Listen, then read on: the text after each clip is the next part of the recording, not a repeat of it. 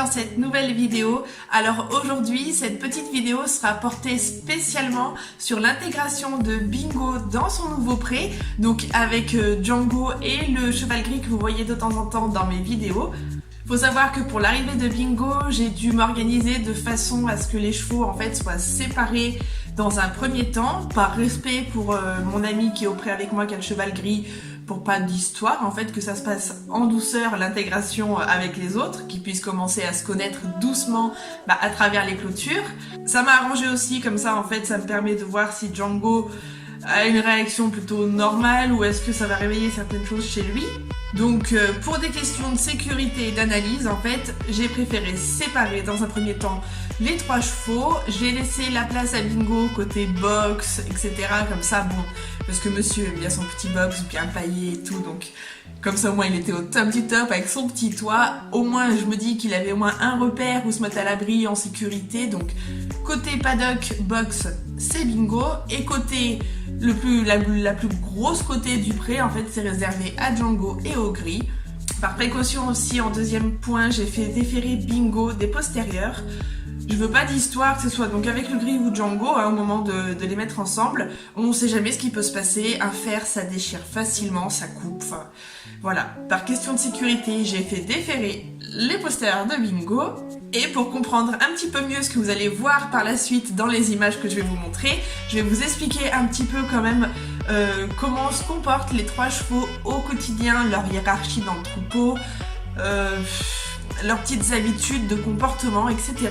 Donc pour Bingo, commençons par le premier concerné. Donc pour Bingo, tout simplement, c'est un cheval hongre de 7 ans.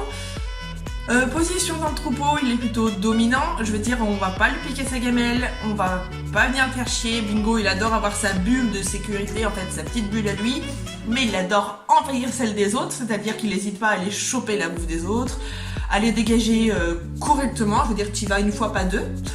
Donc voilà, Bingo est assez gentil, sinon je dirais qu'il va pas chercher la mouise. Faut pas venir trop lui chercher les siennes, quoi, mais il va pas non plus provoquer le chahut dans le troupeau pour un rien. Ensuite, le gris que vous voyez donc dans mes vidéos, lui c'est pareil, c'est un cheval plutôt dominant, mais tout dans la douceur quand même. C'est un peu le grand frère, quoi. C'est le cheval qui va recadrer. Ils peuvent manger ensemble dans la même gamelle avec Django, il n'y a aucun souci, ils vont partager, etc. Mais de temps en temps, il sait quand même recadrer et prendre, mine de rien, la place du chef. Et concernant Django, Django c'est un poulain, il a encore grave poulain dans sa tête, il n'a pas encore tilté monsieur qu'il avait encore tout son appareil reproducteur, il avait les hormones, enfin non, tout ça il ne le sait pas encore. Il a beau avoir passé tout l'été dernier à côté de juments, je vous assure, il n'y a pas un seul moment où il a montré un signe de virilité, quoi. Pas du tout. Sinon avec le gris, il se comporte Django. Le gris, s'il le chasse un peu pour quoi que ce soit, Django va aller au fond là-bas, faire sa petite vie, il va pas venir enquiquiner. C'est vraiment le gentil du troupeau, Django. C'est rare que ce soit lui qui cause les problèmes. C'est le petit gosse, quoi, dans le troupeau. Voilà.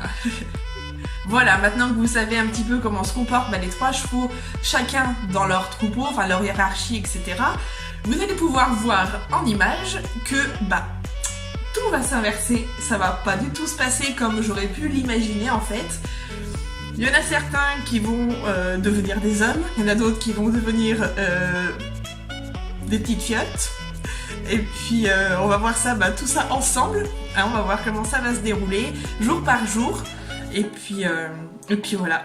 Prenez des petits pop-corn, un petit verre d'eau, une petite boisson, et puis installez-vous confortablement parce que il y a de quoi regarder. Allez, c'est parti.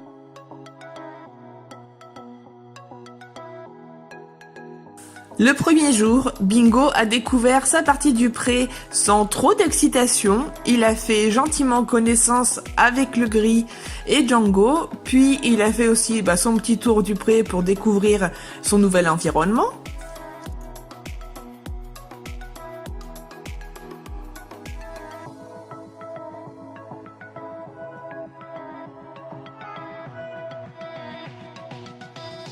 mais tout en restant quand même en contact avec moi. C'est ce qui était rigolo à voir.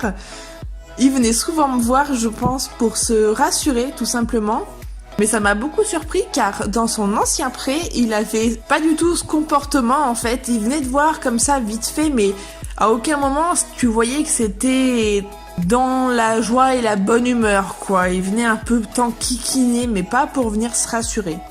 Par la suite, comme vous avez pu le voir dans ma dernière vidéo, en fait Django a essayé de me casser mes clôtures sans y parvenir, hein, mais il a quand même essayé derrière mon dos. Du coup, pour éviter les accidents de clôture, j'ai mis Django et Bibis 10 minutes ensemble pour voir leur comportement à tous les deux. Comme vous pouvez le voir, ça ne s'est pas du tout passé comme je le pensais. C'est-à-dire que je croyais que Django allait faire son poulain, se soumettre à Bingo, s'en ronchonner, etc. Et pas du tout. Ça a réveillé les hormones du petit. Il a pas arrêté de vouloir monter Bingo. En prenant aussi totalement le contrôle de ses pieds, comme vous pouvez le voir là sur les vidéos. Et aussi en le mordant constamment au niveau de la queue, des fesses, etc. Vous pouvez voir, hein, les images, elles parlent d'elles-mêmes. Django, il a pas lâché Bingo d'une semelle. Ça a vraiment été un choc un peu pour moi. Hein. Je vous avoue de constater comme ça que Django ait pris vite fait la place du dominant, qu'il essaye de prendre le contrôle des pieds de Bingo. Et je pensais pas non plus que Bingo serait aussi patient et plutôt dans la fuite constamment, quoi. Ce jour-là, il faisait 20 degrés et les chevaux commençaient à avoir bien chaud parce que ça a bien galopé. J'ai donc pas insisté et j'ai remis Django avec le gris pour faire redescendre la pression tranquillement de chacun.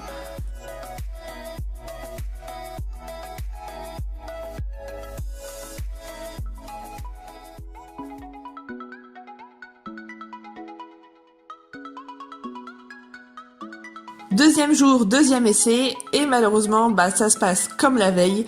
Django prend son petit rôle d'entier bien au sérieux. Il essaye de soumettre Bingo, tant bien que mal. Il a fait vraiment le gros relou tout le long. Bingo a essayé de lui mettre plusieurs petits avertissements quand même, hein, a essayé de le repousser.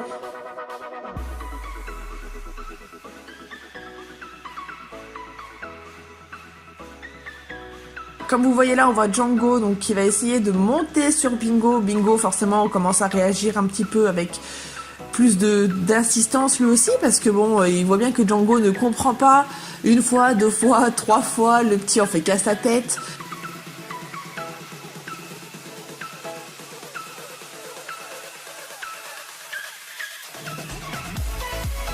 Donc pour le coup, là, vous le voyez, hop, il commence à faire sa marche arrière, il prend le contrôle des pieds de Django pour le coup, et lui dit, écoute, là, c'est moi qui vais te faire reculer, mon petit gars, et tu n'as pas le choix, donc tu recules.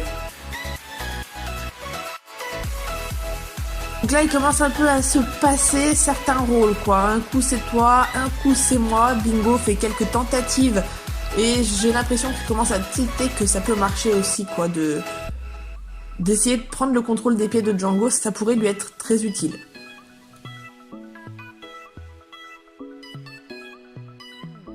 Et en ce deuxième jour, j'ai vraiment aussi vu la patience de Bingo, quoi, et sa gentillesse incarnée, en fait. Parce que même quand il recadre Django, qui met un petit coup et tout, il y va vraiment doucement, quoi. Donc je suis très agréablement surpris par le gros Bingo. Au bout de 20 minutes, je les ai reséparés. Je les ai remis chacun dans leur partie. Il faisait encore une bonne vingtaine de degrés. Les chevaux commençaient à bien transpirer. Donc bon, pour une deuxième, j'ai dit allez, laisse tomber, remets-les chacun de leur côté. Le temps qu'ils sèchent, parce que mine de rien, il y a beau faire 20 degrés, la nuit il fait froid. Donc il faut quand même qu'ils prennent le temps de sécher correctement. Donc bon.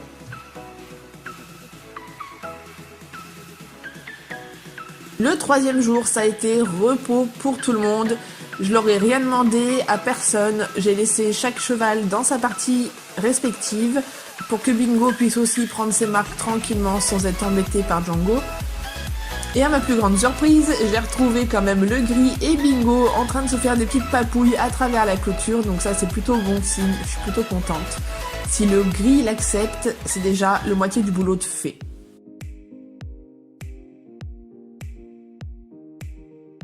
Pour le quatrième jour, je refais le test de mettre Django avec Bingo. Et là, comme vous voyez, bizarrement, Django me colle, reste vers moi, réclame quelques caresses, quelques câlins. Bon, ça dure 5 minutes, hein. Voyant quand même Bingo qui se rapproche, il a vite été le voir. Vous voyez qu'ils vont s'amuser gentiment à des petits jeux de touche-moi, mords-moi, bah non, et puis moi, et puis toi. Voilà, ils ont fait ça pendant une petite minute, hein, jusqu'à ce qu'il y ait un petit Django quand même qui décide de prendre le contrôle des pieds de Bingo. Ce petit jeu n'a pas l'air de trop lui plaire, donc monsieur reprend son rôle au sérieux. Vous voyez que Bingo a changé un peu de technique quand même. Il prend moins de distance. Sur le coup, là, il reste un peu plus face à lui à essayer de lui dire quand même, oh mon petit loulou, t'es bien mignon, mais tu vas quand même te détendre.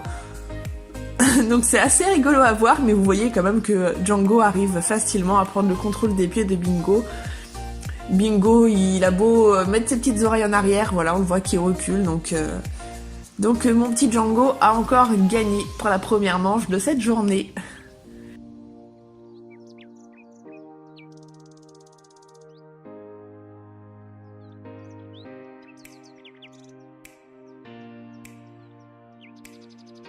Ensuite, les deux chevaux se sont mis à ma hauteur. En fait, moi, je m'étais mis derrière la clôture. Et vous voyez qu'ils se sont pareil, remis à faire leur petit jeu là de touche-moi, bah non, touche-moi toi. Je sais pas, ils jouent à chat les deux là. Mais Bingo décide d'être un peu plus sévère quand même, hein, dans ses actes. Et vous voyez que là, Bingo va moins prendre la fuite. Il va quand même rester, je dirais, sur un cercle de 20 mètres, quoi. Voilà. On voit qu'il a moins envie de fuir, qu'il a peut-être pris un petit peu confiance en lui aussi. Bon, Django, on le voit toujours autant insister, hein, donc forcément, la patience de Bingo est quand même mise à rude épreuve. On sent bien, quoi, que Bingo, il a juste envie de lui dire « Fous-moi la paix, quoi, sale gosse ».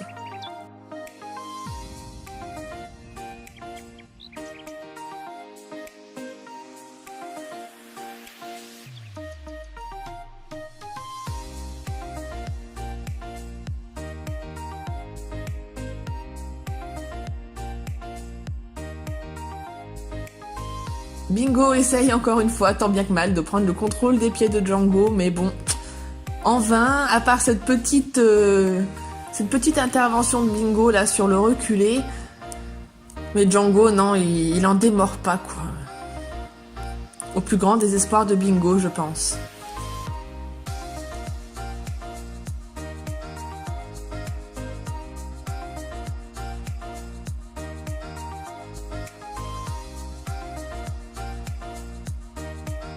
À ce moment précis, là où ils font leur petit jeu de morsure comme ça, là, je sais pas trop comment l'interpréter.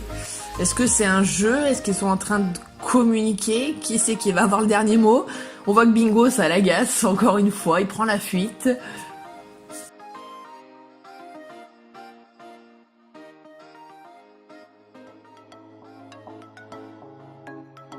Django retente de prendre le contrôle de Bingo avec une réussite, hein, forcément. Hein, le petit, il est tenace, il lâche pas l'affaire.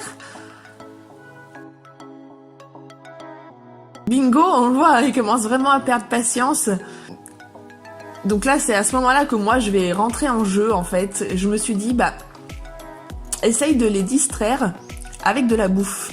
Histoire d'apaiser 5 minutes, là, qu'ils respirent, qu'ils me fassent pas la même action que l'avant-veille à se mettre à transpirer comme ça, comme des cochons. Donc j'ai essayé de faire une approche par la bouffe. Hein. On sait que des fois la bouffe ça peut réconcilier beaucoup de monde. Donc là bah, j'ai tenté et franchement regardez le résultat. Les deux ils sont mis à manger ensemble. J'étais choquée.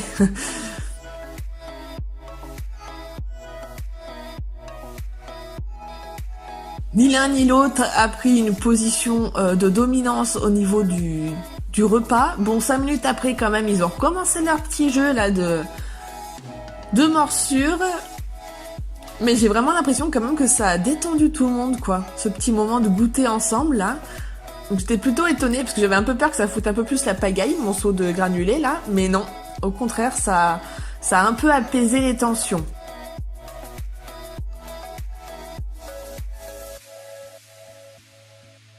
Bon, malgré que Django est reparti quand même sur un petit tour de contrôle des pieds de Bingo. Vraiment tenace le petit, je pensais pas vraiment pas qu'il allait tenir à ce point, quoi.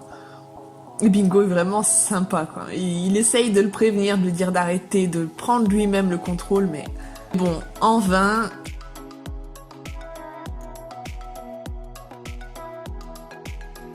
Ils arrivent quand même à se refaire une petite pause.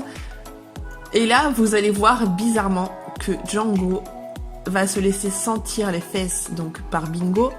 Derrière des accords, bon, en soi, c'est pas si grave que ça, parce qu'il y a déjà un premier geste de la part de Django, en fait.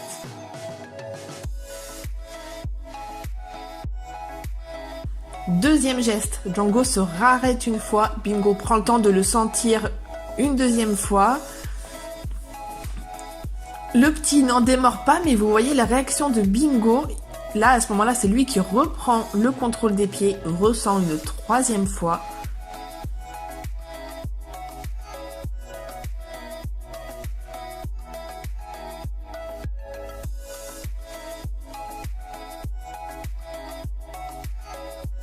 Et là, bizarrement, Django arrête de chasser Bingo. Ils se calment tous les deux.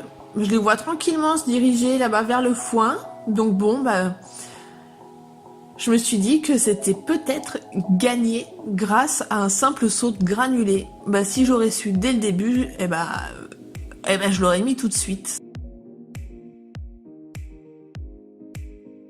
Même si je pense qu'il leur faut quand même un certain temps pour apprendre à se connaître et à s'accepter. Mais voilà, les deux loulous ont fini leur journée à manger côte à côte. Comme vous voyez, hein, ils ont eu quand même assez chaud.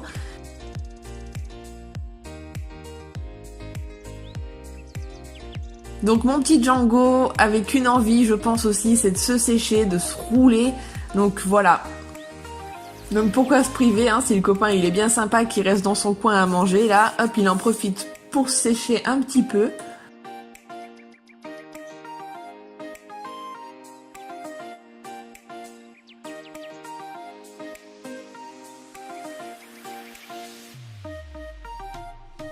Et tous les deux sont revenus à manger leur foin tranquillement, sans trop de désaccords, j'ai envie de dire.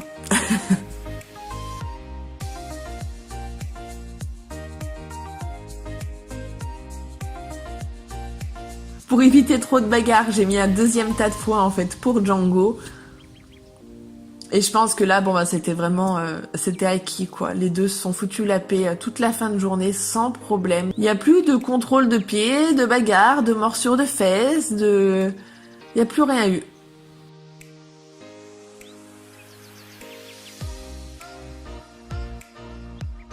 Je suis revenue les voir quand même en fin de journée pour voir si tout se passait bien. Et oui, effectivement, hein, toutes les tensions sont redescendues, les chevaux sont bien secs. Ils vont pouvoir passer une nuit tranquillement ensemble puisque cette fois-ci, ça y est, Django et Bingo seront définitivement ensemble. Donc je suis ravie. Donc voilà comment s'est déroulée l'intégration de Bingo au troupeau. Je pense pas qu'on ait tous la même manière de procéder. En tout cas, moi, c'est celle-ci qui était le plus adaptée à tout le monde. J'ai envie de dire, j'ai essayé de m'adapter au mieux. En tout cas, ça a quand même fini sur du positif. Les chevaux arrivent à vivre maintenant tous ensemble, tous les trois. Le gris a intégré le lendemain le troupeau sans souci. Vraiment, tout s'est très bien passé. Il n'y a même pas eu 2-3 chahuts. Chacun a réussi à trouver sa place au sein du troupeau et c'est juste génial. Les chevaux vont pouvoir maintenant profiter de leurs 2 hectares de prairie ensemble au quotidien et c'est juste magique. Je suis ravie d'avoir partagé ce petit moment avec vous. C'est quand même quelque chose de ouf dans ma vie d'avoir mon deuxième cheval, mes 2 chevaux comme ça dans le même pré à côté de chez moi. C'est un truc de dingue ce que je vis. Ce que je vis avec vous aussi, c'est un truc de fou. On est de plus en plus nombreux sur la chaîne. Je vous en remercie, mais vraiment du fond du cœur. Je vous fais à tous de très gros bisous. Je vous laisse liker, partager, commenter cette vidéo autant que vous voulez. Je vous fais de très gros bisous et je vous dis à très bientôt dans une prochaine vidéo. Salut!